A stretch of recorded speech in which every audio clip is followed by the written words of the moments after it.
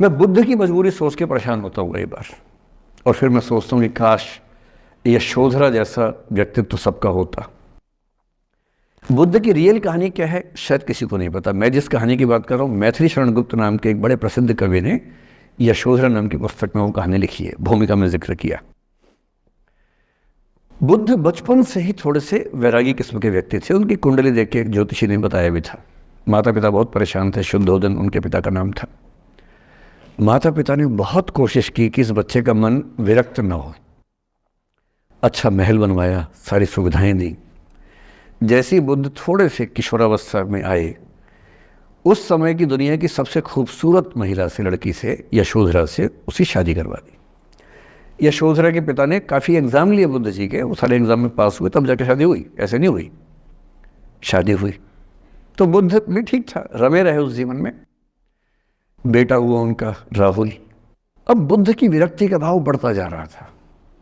29 साल की उम्र के आसपास ऐसा हुआ कि उन्होंने एक मृत व्यक्ति को देख लिया, एक बूढ़े को देखा, एक भिखारी को देखा, एक बीमार को देखा।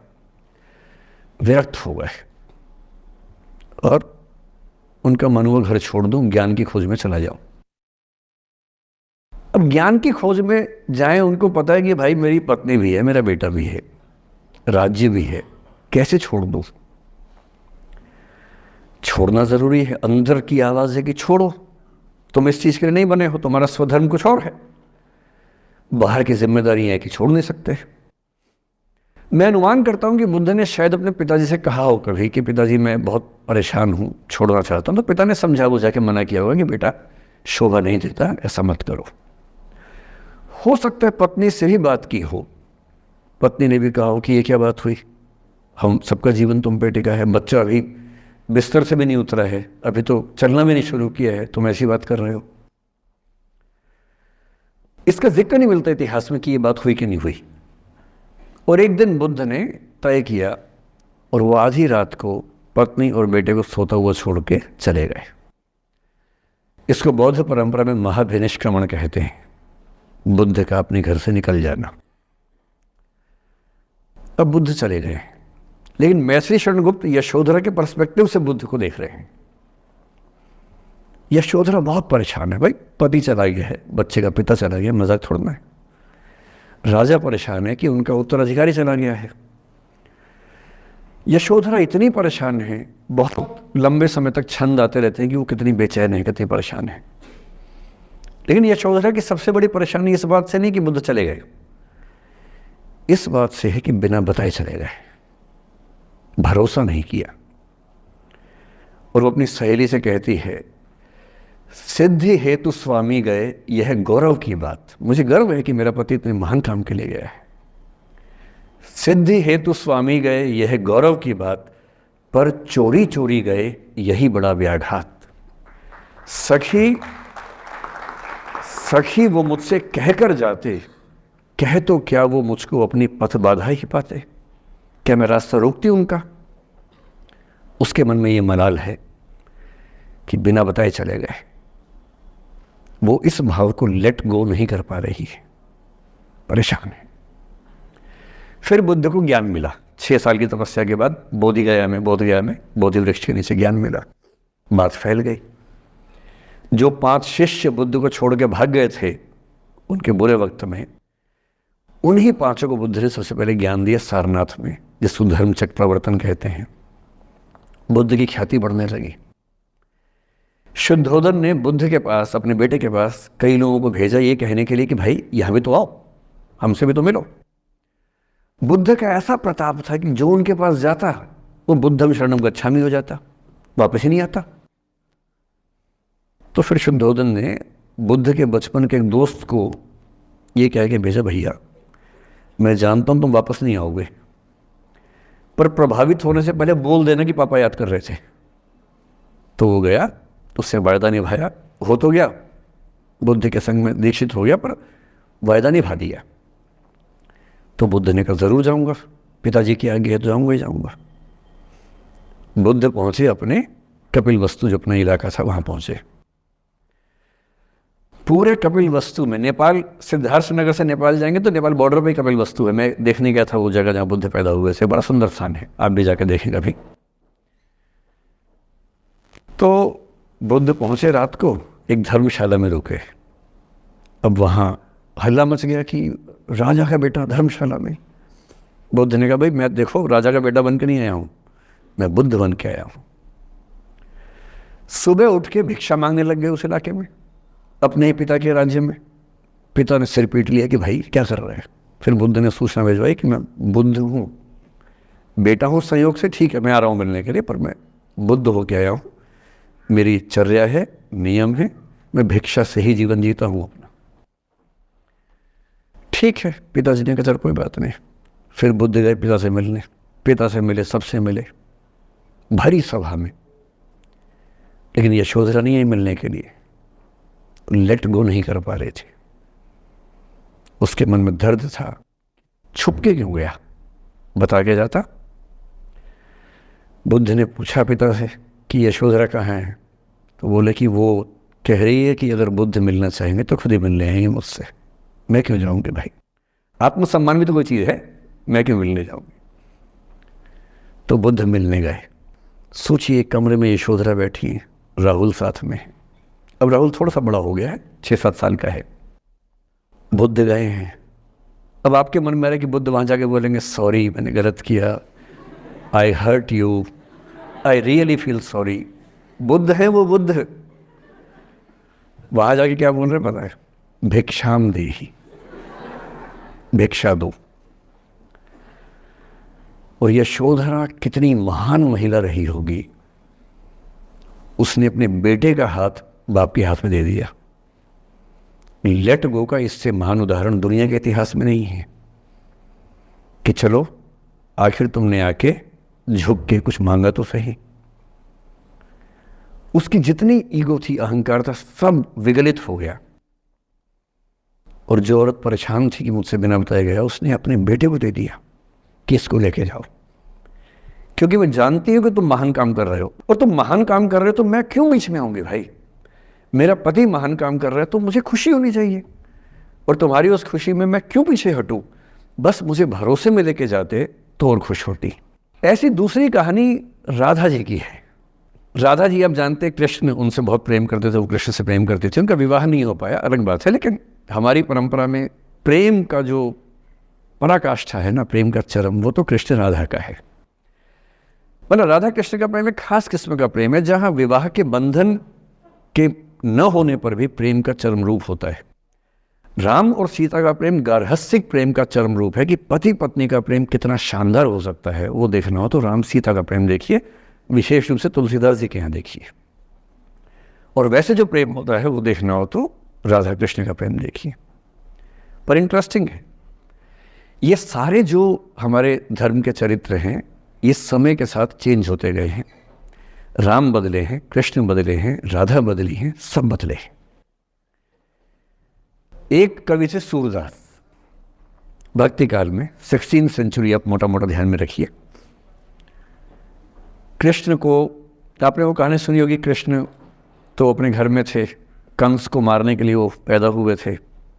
कंस को पता लगा तो कंस ने अपने एक सहयोगी अक्रूर, जो कि श्वफल्क के पुत्र थे, उनसे कहा कि जाओ और कृष्ण को लेके आओ, यही मारेंगे। उसको पता नहीं था क्या होगा बाद में।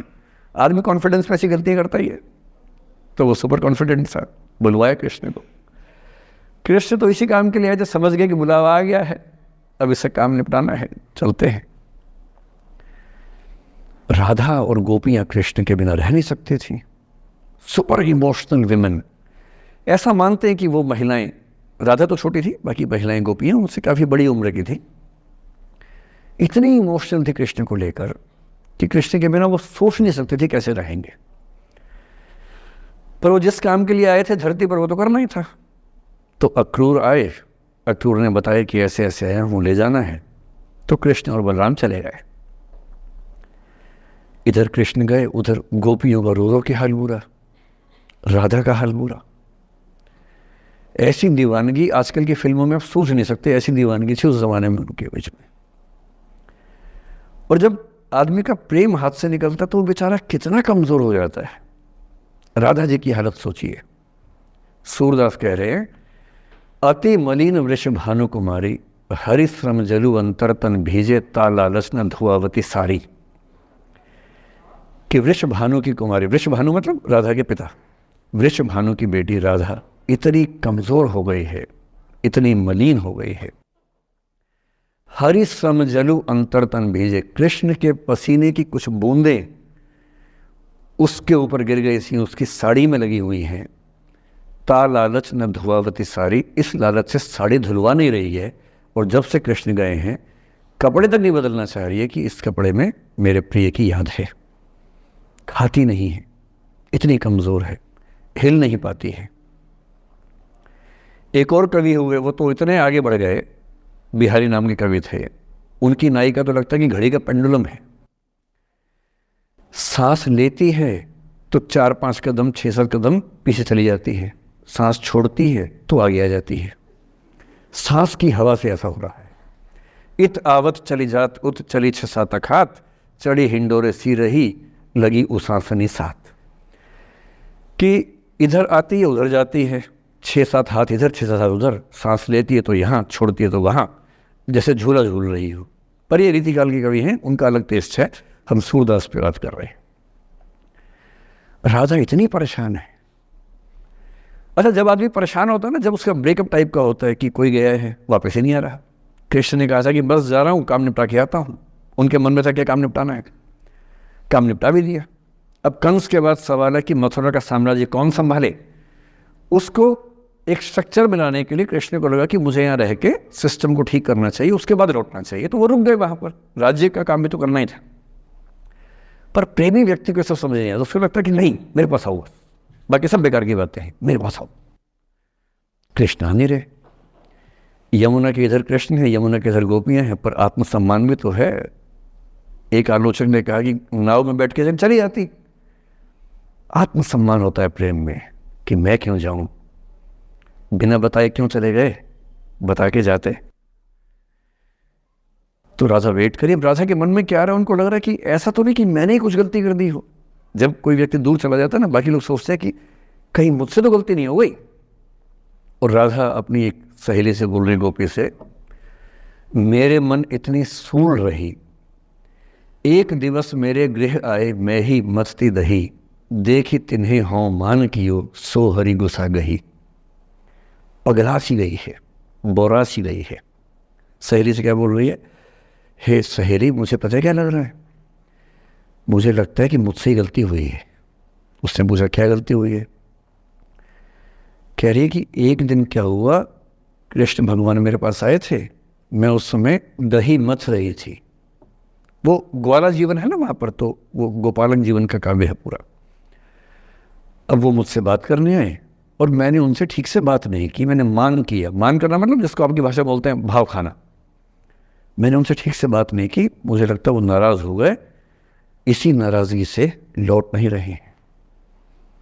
मेरे मन इतनी सूल रही, मेरे मन में कांटा चुभ रहा है। एक दिवस मेरे घर आए, अब समझ में आएगा, एक दिवस मेरे घर आए मैं ही मथती दही, देखी तिन्हें, हाँ हाँ मतलब मैं, मान की योग मैंने अहंकार दिखाया, सो हरि गुस्सा गही, गुस्सा आ गया उनको इस बात से। सूरदास की राधा मुक्त नहीं हो पा रही, लेट गो नहीं कर पा रही, वो जी नहीं सकती कृष्ण के बिना। पर फिर देखिए 300 साल बाद क्या हुआ।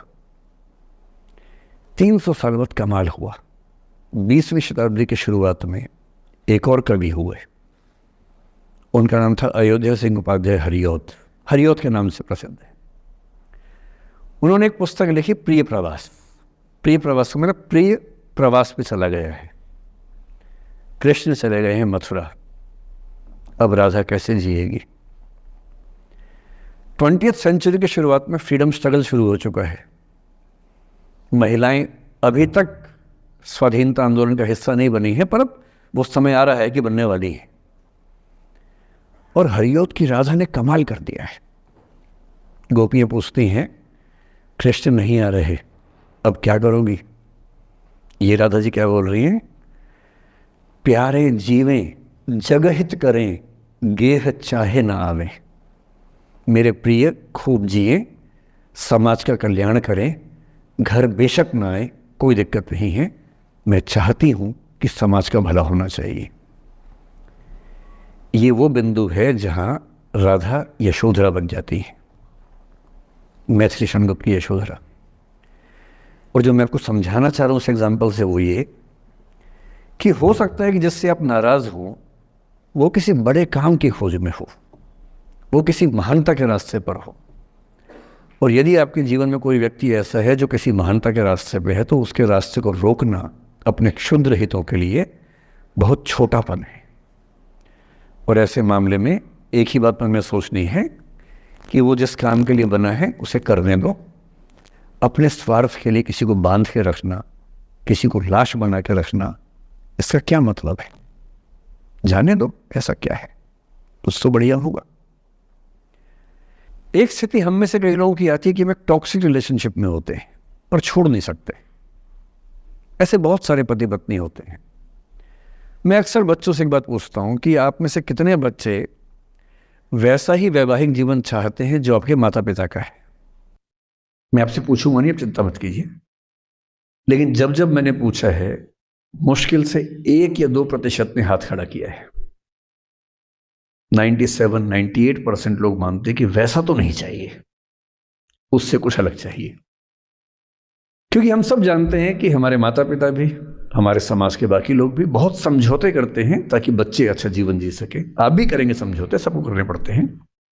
ये है कि आप समझौते शायद उतने नहीं करेंगे जितने आपके माँ बाप ने किए होंगे, उनके माँ बाप ने और ज़्यादा किए होंगे। हर पीढ़ी कम समझौते करती है, ये समाज के विकास का एक तरीका होता है। पर ऐसा होता है कि आप एक ऐसे रिश्ते में आप छोड़ भी नहीं सकते, जी नहीं पा रहे, छोड़ सकते नहीं। क्योंकि आप तो छोड़ देंगे, आपके चक्कर में कईयों की ज़िंदगी दांव पे लग जाएगी। कैसे छोड़ दें? 3 छोटे छोटे बच्चे हैं, नौकरी है नहीं, वो माँ अपने पति से रोज़ प्रताड़ना झेलती है, बुरी बातें सुनती है, उसके पास कोई सिक्योरिटी नहीं है, वो बच्चों को नहीं छोड़ सकती। बच्चों को लेके कहाँ जाएगी, क्या करे? टॉक्सिक रिश्ता है। तो ऐसे में या तो आप रिश्ता छोड़ते हैं कि हर किसी से संभव नहीं होता, पर यदि वो संभव नहीं है तो रिश्ते में रहते हुए चिंताएं छोड़ दीजिए, अपेक्षाएं छोड़ दीजिए। भाई तेरी अपनी जिंदगी, मेरी अपनी जिंदगी, एक घर में रहेंगे पर रोज युद्ध नहीं करेंगे, बीपी नहीं बढ़ाएंगे, शुगर नहीं बढ़ाएंगे, तनाव नहीं बढ़ाएंगे। तुम्हारा अपना स्पेस, मेरा अपना स्पेस, ठीक है, एक छत के नीचे हैं, काम चला लेंगे, किसी और को नहीं बताएंगे, दुनिया के सामने अच्छी अच्छी फोटो खिंचवाते रहेंगे स्माइल कर करके चेहरा, पर कम से कम बच्चे सफ़र ना करें, परिवार सफ़र ना करे, जी लेंगे, झेल लेंगे। और ऐसे माहौल में साहिर ने जो कहा था ना, उसी कविता की कुछ पंक्तियां बड़ी महत्वपूर्ण हैं कि बर्बादियों का सोग मनाना फिजूल था। कि बर्बादियां हैं जीवन में, पर ठीक है, कितना दुख मनाएंगे, अब है तो है, क्या कर सकते हैं। बर्बादियों का सोग मनाना फिजूल था, बर्बादियों का जश्न मनाता चला गया। और फिर अंत में इतनी सुंदर बात कहते हैं, गम और खुशी में फर्क न महसूस हो जहां, मैं दिल को उस मुकाम पे लाता चला गया। कि ठीक है, जैसी जिंदगी है उसको वैसे जिएंगे, अपेक्षाएं नहीं पालेंगे, ना तुम उम्मीद करना, और हम किसी तरह से मैनेज करके जिंदगी गुजार लेंगे। ये है अंतिम जो आपके जीवन में समस्या हो सकती है, करियर को लेके हो सकती है कि आपने कुछ करियर दिमाग में रखा हुआ है, ठान लिया है कि आईएएस बनना है या कुछ बनना है। आप कुछ भी ठान लें, सिर्फ आपके हाथ में नहीं होता है, सफलताएं असफलताएं जीवन में रहती हैं। 10-11 लाख लोग आईएएस का फॉर्म भरते हैं, 5 लाख आईएएस का एग्ज़ाम देते हैं, 1000 का सिलेक्शन होता है। हर एग्ज़ाम में घुमा फिरा की यही स्थितियाँ होती हैं। पॉलिटिक्स में, स्पोर्ट्स में, बिजनेस में, हर जगह कंपटीशन इतना है। सफल होने की जितनी संभावना है उससे कई गुना संभावना विफल होने की हर क्षेत्र में है। सफल नहीं हो पाए तो क्या करेंगे? और मैंने ऐसे लोगों को देखा है कि आईएएस नहीं बन पाए 20 साल पहले, और 20 साल से रोज घुट रहे हैं कि आईएएस नहीं बन पाए। रात दिन यही ख्याल होता है कि आईएएस नहीं बन पाए, या पीसीएस नहीं बन पाए, या कुछ खास सोचा था जो नहीं कर पाए। तो मैं आप लोगों से निवेदन करूंगा कि यदि आपकी आर्थिक पृष्ठभूमि ऐसी नहीं है कि जो बहुत मजबूत हो, तो हमेशा एक बैकअप ऑप्शन ज़िंदगी में लेके चलिए। किसी करियर को दिमाग पे इतना हावी मत होने दीजिए कि वो नहीं मिलेगा तो कुछ नहीं होगा। आप उस दौर के व्यक्ति हैं जहां इतने ऑप्शंस दुनिया में हैं जितने कभी नहीं थे। इतने ऑप्शंस हैं। बस एक ठीक ठाक सा व्यक्तित्व बना लीजिए, एक ठीक ठाक सा कॉन्फिडेंस रखिए अपने ऊपर, और यदि आपके पास बेसिक स्किल्स हैं भाषा की, चिंतन की, समझने की, कैलकुलेशंस करने की, प्लानिंग करने की, स्ट्रेटेजाइज करने की, और मेहनती आप हैं, मैं गारंटी से कह रहा हूँ कि इस दुनिया में कंपटीशन नंबर्स में बहुत ज़्यादा है, कायदे का कंपटीशन नहीं के बराबर है। बहुत मजबूत लोगों से आपको भिड़ना नहीं पड़ता है। भिड़ते हैं 5 लाख से, पर उन 5 लाख में कुछ ही हैं जो भिड़ने लायक हैं। इतना कॉन्फिडेंस रखिए, जैसे कहते हैं ना कि हम भी दरिया है, हमें अपना हुनर मालूम है, जिस तरफ भी चल पड़ेंगे रास्ता हो जाएगा। इतना भरोसा अपने ऊपर रखिए कि ठीक है, ये नहीं तो कुछ और करेंगे, वो नहीं तो कुछ और करेंगे, लेकिन कुछ ना कुछ बढ़िया कर लेंगे। और उस बढ़िया करने की शुरुआत कॉलेज की ज़िंदगी से होती है। उड़ान सोसाइटी संभाल लेंगे, निष्ठा संभाल लेंगे। अभी मैडम ने बताया कि 80 सोसाइटी से बताई, इसके उन्होंने 60 बताई। 60 सोसाइटीज़ हैं, किसी सोसाइटी का हिस्सा बन जाइए। ये सोसाइटीज़ का हिस्सा बनने का असली पर्पस क्या है? इसी बहाने एक्सपोजर मिलता है, आप कुछ करते हैं, मंच पे आते हैं, लोगों से मिलना जुलना होता है, स्किल्स डेवलप होती हैं, और अंत में जो जीवन में काम आता है यही स्किल्स काम आते हैं। और यदि वो स्किल्स हमने डेवलप कर लिए, और वो स्किल्स पढ़ाई से नहीं आती हैं, जो क्लासरूम के अंदर की पढ़ाई है वो सबसे कम महत्वपूर्ण चीज़ होती है कॉलेज में। कॉलेज में सबसे ज़्यादा महत्वपूर्ण है ये अपॉर्चुनिटीज़, लोगों से बात करना, कुछ ऑर्गेनाइज करना, कहीं फेल होना, कहीं पास होना, वो सब करते रहिए। और मैं दावे से कह रहा हूँ कि इस दुनिया में कंपटीशन कहने के लिए ज़्यादा है, दरअसल ज़्यादा नहीं है। पूरी बात का सार ये है कि किसी की भी ज़िंदगी फ्लैट नहीं होती है, उसमें कर्व्स आते रहते हैं, ऊंच नीच सबकी ज़िंदगी में आती है।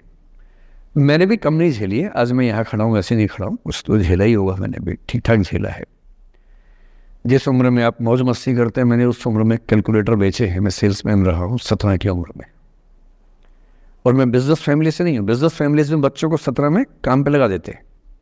मैं तो नौकरी पेशा परिवार से था, कुछ समस्याएं थी तो सेल्समैन बन के घर घर में जाके बेचना पड़ता था। तौहीन भी होती थी, लोग धिक्कारते भी थे, मजाक भी उड़ाते थे। वो समझे ना है, अपना खर्चा 17 की उम्र से खुद उठाया है, क्योंकि घर में दिक्कत थी। तो क्यों मांगू मैं घर से पैसे भाई, जब मुझे पता है कि मेरे घर में दिक्कत थी उस समय, क्यों मांगू? आपकी जिंदगी इस दुनिया के करोड़ों अरबों लोगों से बेहतर है, कुछ एक लोगों से खराब है। केवल उन कुछ एक पे ध्यान मत दीजिए, उन करोड़ों पे भी ध्यान दीजिए जिनसे अच्छी आपकी जिंदगी है। और इतनी कुव्वत आपके अंदर है, आप इस देश के सबसे अच्छे विश्वविद्यालयों में से एक, दिल्ली विश्वविद्यालय के सबसे अच्छे कॉलेजेस में से एक, हंसराज कॉलेज में विद्यार्थी हैं। ये मजाक नहीं है, आप इस देश के एलीट हैं, एलीट। इस कॉलेज और यूनिवर्सिटी का नाम बोलते ही कितने बंद दरवाजे खुल जाते हैं, आपको अंदाज़ा नहीं है, आगे जाके समझ में आएगा। बस इतना करना है कि जब जब ज़िंदगी नीचे की तरफ जाए, थोड़ा सा हौसला बना के रखिए। कुछ ही दिन की बात होती है, हर चीज़ कुछ ही दिन की होती है। बहुत अच्छे वक्त में और बहुत बुरे वक्त में एक ही वाक्य कॉमन याद रखिए, कुछ दिनों की बात है, ये वक्त गुजर जाएगा। बहुत अच्छा हो तब भी ध्यान रखना है, आदत नहीं बनानी है। बहुत बुरा हो तब भी ध्यान रखना है, ये सब खत्म हो जाएगा। सोशल मीडिया पर ट्रोलिंग आजकल का एक नया सच है, जो आप लोग बड़ा मुश्किल होता है वो दिन झेलते होंगे। आपने एक फ़ोटो अपलोड की, कोई लाइक ही नहीं कर रहा, आप बार बार देखने घूमोगे लाइक किया कि नहीं किया। दोस्तों को फ़ोन करें, लाइक कर, तो लाइक कर, तो भी लाइक कर, चल 5 लाइक करवाए, 8 लाइक करवाए, नहीं लाइक हो रहा। फिर आपने कुछ ऐसा बोला, किसी ने उसकी छोटी सी क्लिप काट के चला दी, और आप अचानक सबकी नज़रों में किरकिरी बन गए। गालियाँ पड़ रही हैं, आलोचनाएँ हो रही हैं, लाखों लोग फतवे जारी कर रहे हैं आपके ऊपर। इतनी बेचैनी होती है इस दौर में। पहले के दौर में ये नहीं था, आपने कहीं कुछ बोला, ख़त्म हो गई बात। अब किसने रिकॉर्ड कर ली, सोशल मीडिया पे आ गई, ख़त्म ही नहीं हो रहा। राइट टू बी फॉरगॉटन हमारे देश में है नहीं, और प्रैक्टिकली संभव भी नहीं है। कैसे आप उसको अप्लाई करेंगे? आप कभी ना कभी कुछ ऐसा बोलेंगे या तो गलत बोलेंगे या उसमें से कोई क्लिप कोई काटेगा, इतनी गालियाँ पड़ेंगी और पहली बार जीना मुश्किल हो जाता है। मैंने आज से 7-8 साल पहले 1.5 साल तक एंग्जाइटी की दवाइयाँ खाई हैं, जबकि मैं बहुत ही मस्त वाला किस्म का आदमी हूँ, मैंने खाई हैं। और जीवन में एक आध ऐसा दौर सबका आता है, आ जाना चाहिए। जब जीवन में एक आध बार ऐसा हो कि सारी दुनिया पीछे पड़ गई है, बहुत दिक्कत होगी, घबराहट होगी, बेचैनी होगी, एंग्जाइटी होगी, डिप्रेशन होगा, सब कुछ होगा, लेकिन एक बात ध्यान रखना, मेरी इस बात को ध्यान रखना, वो पहली और आखिरी परीक्षा है, उसके बाद कभी नहीं होगा। 8 साल पहले ऐसा कुछ हुआ था कि मैंने बहुत दवाइयाँ खाई, 1.5 साल दवाई खाई, 1.25 साल खाई दवाई। कारण पता था, कारण ठीक हुआ, दवाई छूट गई। उसके बाद मैंने ज़िंदगी का सबसे मुश्किल फेज़ पिछले साल झेला था, जब मेरे एक वीडियो की क्लिप मीडिया पर चली, FIR हुई, पता नहीं क्या क्या हुआ, सब कुछ हुआ, पर मैं आपके सामने बहुत ईमानदारी से कह रहा हूँ, मुझे तनाव नहीं हुआ, डिप्रेशन नहीं हुआ, एंग्जाइटी नहीं हुई, क्योंकि मैं पहले झेल चुका था। अब पिछले 7 दिन से मेरी 5 साल पहले की एक क्लिप चला रहे हैं वीडियो आजकल। 2019 के इलेक्शन से पहले जनवरी में मैं एक क्लास लेते हुए कह रहा हूँ कि अब इलेक्शन का टाइम आ गया, अब मंदिर का तमाशा शुरू हो जाएगा और ये पॉलिटिक्स के मामले हैं, सब बेकार की बातें। उस समय ना सुप्रीम कोर्ट का जजमेंट आया था, ना कुछ और हुआ था। आज मेरा बड़ा सीधा स्टैंड है कि जब सुप्रीम कोर्ट की कॉन्स्टिट्यूशन बेंच ने 5-0 से सहमति दी है और उसके बाद कॉन्स्टिट्यूशन तरीके से मंदिर बन रहा है, मैं कौन होता हूँ नाराज़ होने वाला? मुझे क्यों खुश नहीं होना चाहिए? दुनिया में हर धर्म के ईश्वरों के नाम पर मंदिर हैं, उनके जन्म स्थान पर मंदिर हैं, मेरे धर्म में क्यों नहीं होना चाहिए? मुझे क्यों परेशान होना चाहिए? और कुछ लोग पिछले 7 दिन से 5 साल पहले की क्लिप चला रहे हैं। मेरी टीम परेशान है, मैं परेशान नहीं हूँ। मुझे भेजते हैं कि सर ऐसे हो गया, सर इतने वीडियो चल रहे हैं। मैं सुनता हूँ पर तनाव नहीं होता है, क्योंकि मुझे पता है कि किसी दिन किसी मंच पर हो, जैसे आज मैंने बात बोल दी, कहीं और बोल दूंगा, बात खत्म हो गई। कितना लोड लेंगे? और आप लोड लेते रहेंगे तो दुनिया देती रहेगी, दुनिया के पास बहुत है देने के लिए, वो हमेशा देते रहेंगे। खुद को ऐसा फूल प्रूफ बना लीजिए, शील्ड बना लीजिए अपने आसपास कि तनाव आता है फिसल के निकल जाता है। और अगर आप तनाव झेलने के लिए समर्थ हो जाते हैं, लेट गो कर देते हैं, मैं दावे से कह रहा हूँ, सफल कितने होंगे मुझे नहीं पता, ज़िंदगी आपकी शानदार होगी, ये मैं गारंटी दे रहा हूँ। और जब जब बुरा अनुभव हो, जब जब जीवन में बुरा अनुभव हो, सबको होता है, आपको भी होगा, जब जब बुरा अनुभव हो, मेरा सूत्र वाक्य है, जो मेरे व्हाट्सएप का स्टेटस भी है परमानेंट, मेरे दिल में गुथा हुआ है, दिल पे छपा हुआ है, सबको बोलता हूँ, हर क्लास में बोलता हूँ, आपको भी बोल रहा हूँ। एक लाइन याद रखना, क्यों डरे जिंदगी में क्या होगा, कुछ ना होगा तो तजुर्बा होगा, उससे बड़ा कुछ नहीं है।